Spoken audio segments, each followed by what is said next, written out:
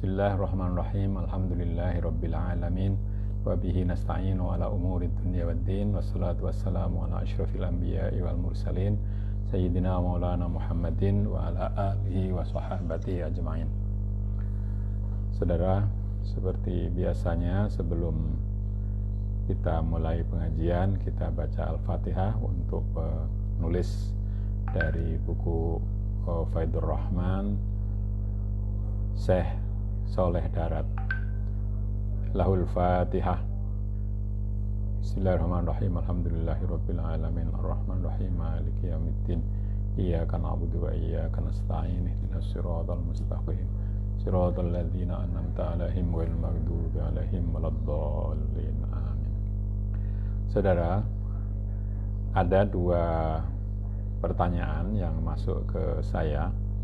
Yang pertama dari saudara Eman Panrita dari Jakarta, menanyakan apa motivasi Kiai Soleh Darat menulis tafsir ini. Tidak dijelaskan dengan tegas apa motivasinya, tetapi kalau kita baca pendahuluan dari buku ini, dari kitab ini, kita dapat satu pemahaman bahwa beliau menulis itu karena kebutuhan akan tafsir berbahasa Jawa. Ingat waktu itu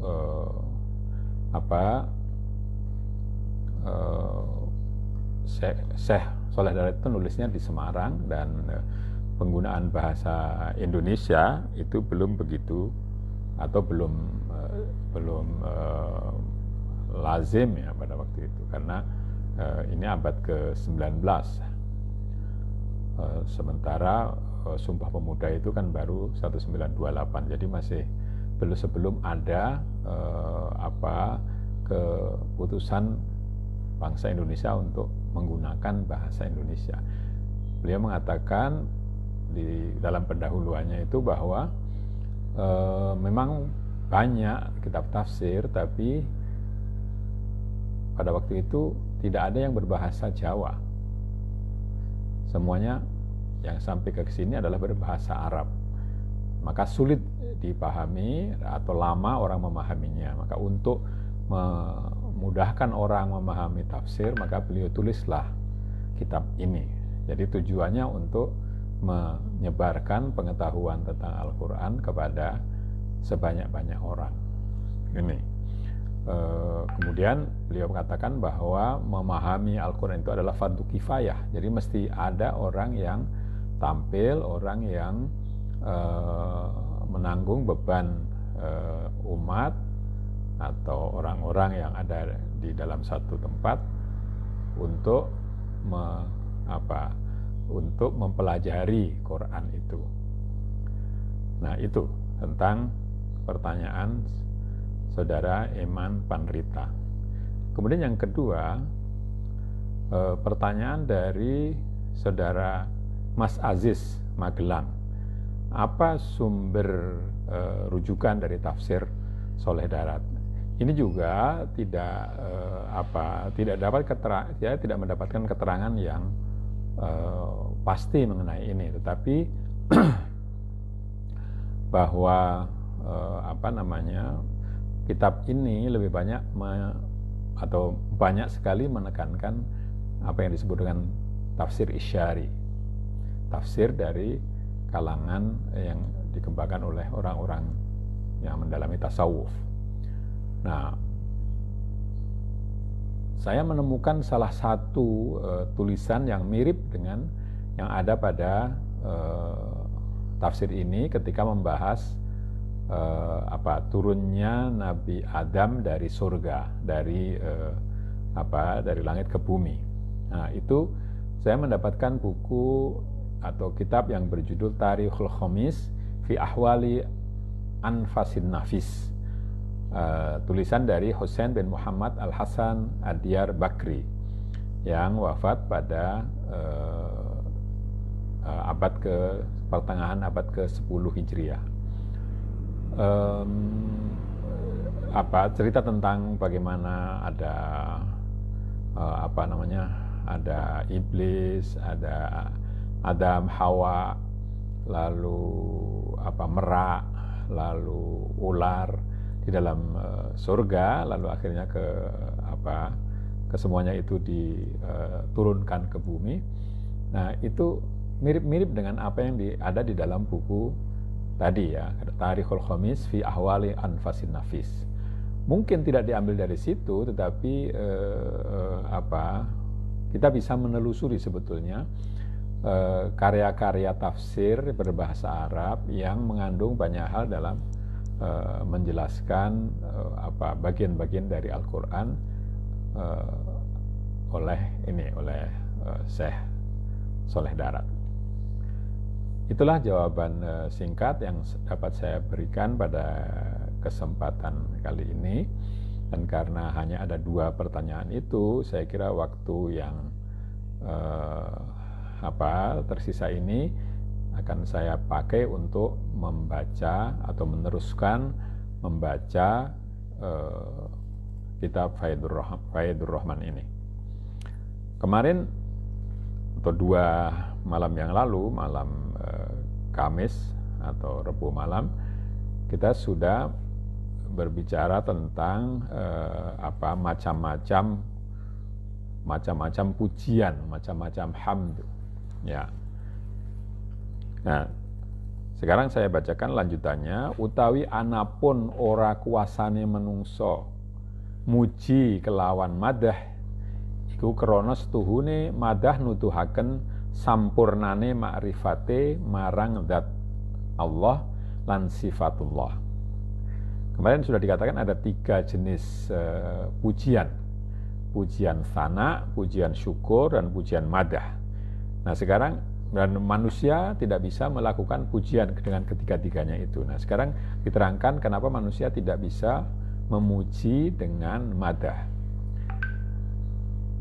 Di sini dikatakan bahwa manusia tidak mampu memuji Allah dengan madah. Madah itu artinya menyebutkan semua kesempurnaan dari Allah.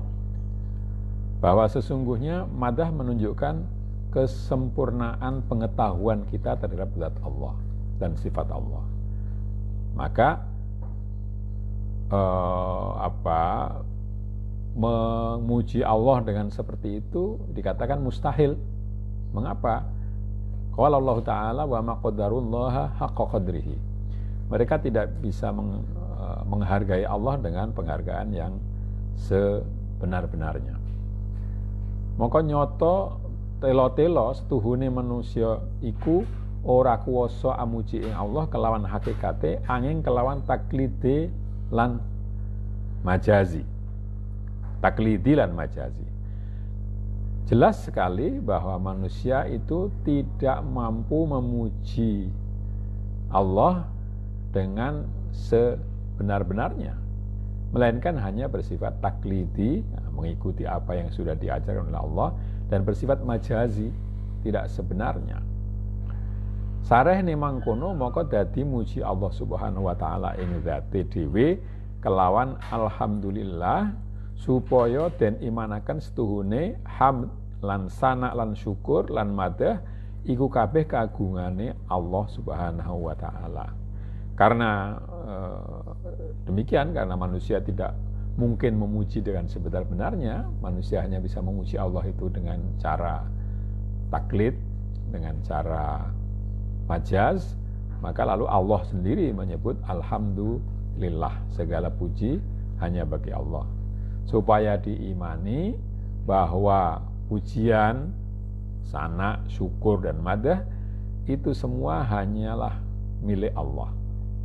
Mongko lafadz alhamdulillah isyarah sana marang dzatullah bil uluhiyah.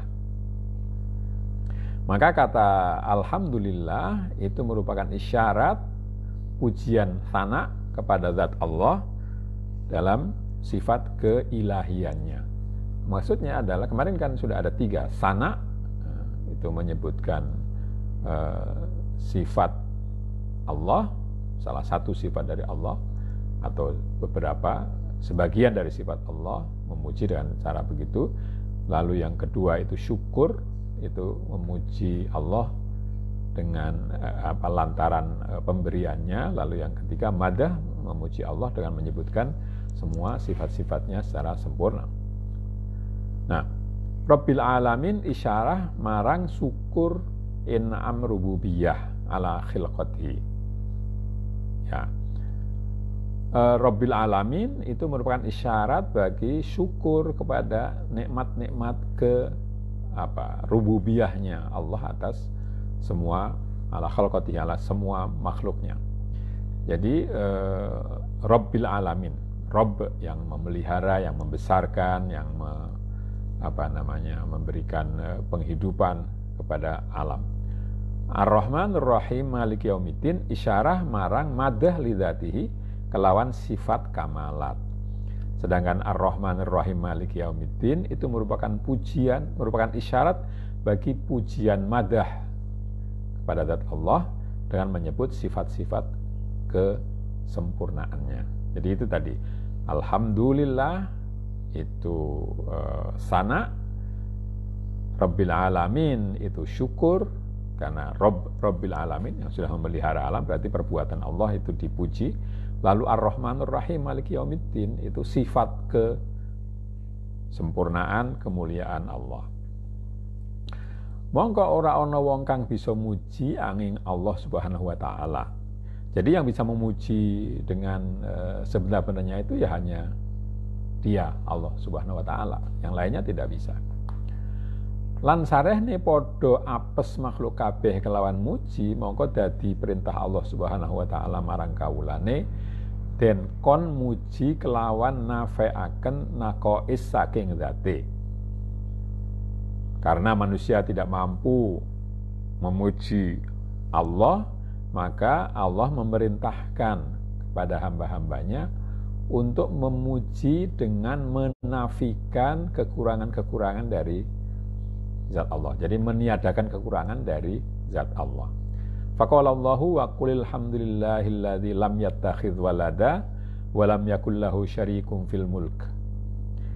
Maka katakanlah segala puji bagi Allah yang tidak mengambil anak.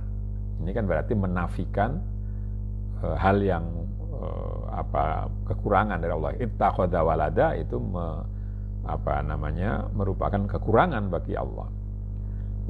Maka tidak ada lam yattakhidz walada, mengambil anak itu, maka dikatakan lam yattakhidz walada itu menafikan sifat yang tidak baik dari Allah. Walam yakul lahu syarikun fil mulki, dan tidak ada sekutu di dalam kekuasaannya, di dalam kalau sekarang ya wilayah kepemerintahannya. Jadi atau kedaulatannya.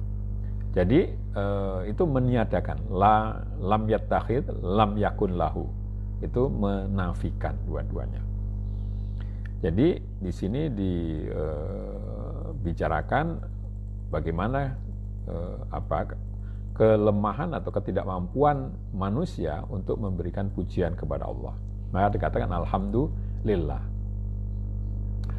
Selanjutnya, utawi sana iku khusus kelawan lisan nyelametaken saking saifus sultan. Sana pujian dengan menyebutkan salah satu sifat dari yang dipuji itu khusus dengan lisan, dan manfaatnya adalah menyelamatkan orang yang memuji itu dari saifus sultan, dari kalau sekarang ya dari penindasan atau tindakan yang keras dari penguasa. Ya, jadi kalau kita memuji, maka orang yang dipuji itu dengan lisan, kan ini memuji dengan lisan, maka orang yang dipuji itu tidak akan melakukan perbuatan yang merugikan kita dengan kekuasaannya. Ya, jadi ini gunanya sana. Lan syukur iku khususe kelawan arkan nyelametaken saking niron lan manjingaken marang jinan. Syukur itu dilakukan dengan anggota badan, dengan tubuh kita, dengan perbuatan. Maka manfaatnya, faedahnya adalah menyelamatkan kita dari api neraka dan memasukkan kita ke dalam surga. Lan madeh iku khususe kelawan jinan dan peraken marang rahmat lan nemu irfan. Sedangkan madah menyebut kesempurnaan dari yang dipuji, itu khusus dengan hati sebetulnya. Mengakui kelebihan-kelebihan dari orang yang kita puji itu khususnya dengan hati. Ya, manfaatnya adalah mendekatkan kita kepada rahmat, kepada sifat kasih sayangnya yang dipuji, dan kita akan menemukan irfan, menemukan pengetahuan yang pengenalan mungkin begitu yang sejati. Iku telu-telu klebu ing dalam lafaz alhamdulillah, ketiga-tiganya sana dengan lisan, syukur dengan perbuatan, dan madah puji madah dengan hati, itu termasuk atau tercakup di dalam lafaz alhamdulillah. I'lam warwasiro mukallaf setuhune kalimat alhamdulillah iku kalimat kang mulya lan agung fadilahe. Mongko wajib arep ngreksa ing iki kalimah, aja kasih den mukabalahaken maring barang kang maksiat utawa barang kang ino mungguh syarak. Ketahuilah oleh kalian wahai orang mukallaf bahwa sesungguhnya kata alhamdulillah itu kata yang mulia dan agung fadilahnya, agung keutamaannya. Karena itu wajib dijaga kalimat ini, jangan sampai diperhadapkan dengan hal-hal yang maksiat atau hal-hal yang hina menurut syarak. Nah, ini kita supaya menjaga kemuliaan dari kata alhamdulillah itu. Hikayat, ini ada sebuah anekdot. Amatur sawiji murid marang Syekh Sirri As-Sakhoti, kados pundi wajibe anggen kula ngreksa ing niki kalimah. Sirri Sakhoti itu salah seorang tokoh tasawuf yang mula-mula ya. Ada muridnya yang bertanya, bagaimana cara menjaga kata-kata alhamdulillah ini, kemuliaan kata alhamdulillah ini bagaimana menjaganya? Maka ngendika Syekh Sirri As-Sakhoti, ingsun wis 30 tahun tobat marang Allah, nuwun ngapura saking pangucap ingsun alhamdulillah. Jawab gurunya Sirri Sakhoti bahwa saya sudah 30 tahun bertobat kepada Allah, minta dimaafkan dari ucapan saya alhamdulillah yang salah. Maka matur murid kados pundi kok dados mekaten. Murid tadi bertanya, bagaimana bisa begitu? Maka mongko ngendika Syekh Sirri As-Sakhoti, suwiji wektu kobongan ing dalam negara Baghdad lan padha kobong sekabehane toko-toko lan omah-omahe wong ahli Baghdad. Pada suatu hari terjadi kebakaran di Baghdad. Maka toko-toko dan rumah-rumah terbakar. Mongko nuli ana wong kang tutur marang ingsun, aweh weruh yen tokoku ora kobong. Mongko aku ngucap alhamdulillah. Lalu ada orang yang memberitahuku bahwa rumahku tidak terbakar. Maka otomatis saya menjawab alhamdulillah. Saya mengucapkan alhamdulillah. Maka ana artine aku bungah anane tokoku ora kobong sartane padha kobong toko-tokone manungsa kabeh ing hale hak-hake wong kang ahli agama lan ahli muru'ah arep ora bungah kobonge wong liyane sertane dheweke ora kobong. Maka ana ingsun istighfar 30 tahun saking iku dosa. Jadi dia lalu merasa berdosa, dia mengucapkan alhamdulillah. Karena berarti saya bergembira bahwa toko saya tidak terbakar sementara toko orang lain terbakar. Padahal yang semestinya kalau orang itu ahli agama dan ahli muru'ah, menjaga kehormatan seseorang, maka dia tidak boleh bergembira ketika rumah orang lain terbakar. dan rumahnya sendiri tidak terbakar. Tidak boleh bergembira. Berarti dia tidak solidaritas kepada orang lain. Karena itulah aku mohon maaf kepada Allah selama 30 tahun karena dosa tersebut. Jadi orang ini sangat memperhatikan hatinya. Jadi dia telah merasa bersalah karena mengucapkan alhamdulillah ketika tahu bahwa tokonya sendiri tidak terbakar, lupa bahwa toko-toko orang lain terbakar. Nah, ini jadi alhamdulillah itu mesti dijaga. Nah, jangan mungkin tidak dikatakan alhamdulillah, yang lainnya yang perlu dikatakan apakah innalillahi wa inna ilaihi rajiun atau apa. Jadi jangan bergembira ketika orang lain sedang kesusahan. Itu saya kira inti dari tobatnya Sirri As-Sakoti karena salah mengucapkan alhamdulillah. Demikianlah pembacaan saya akhiri sampai di sini.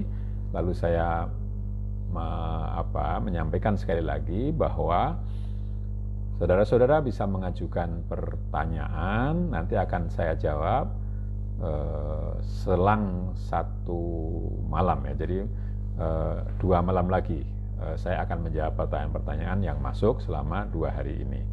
Jadi setelah jadi hari ketiga dari sekarang itu akan saya pakai untuk menjawab pertanyaan jika ada pertanyaannya masuk. Ada yang bertanya bagaimana caranya? Caranya adalah dengan menulis pesan FB, pesan Facebook ini supaya mudah saya jangan pada komentar ya, pada komentar sulit mencarinya. Sampaikan saja pada pesan yang di situ ada ya, di atas yang bergambar seperti kilat itu ditulis di situ pertanyaan pendek saja dan jelas gitu. Demikianlah kita akhiri dengan membaca alhamdulillah. Ada kurang lebihnya minta maaf. Wassalamualaikum warahmatullahi wabarakatuh.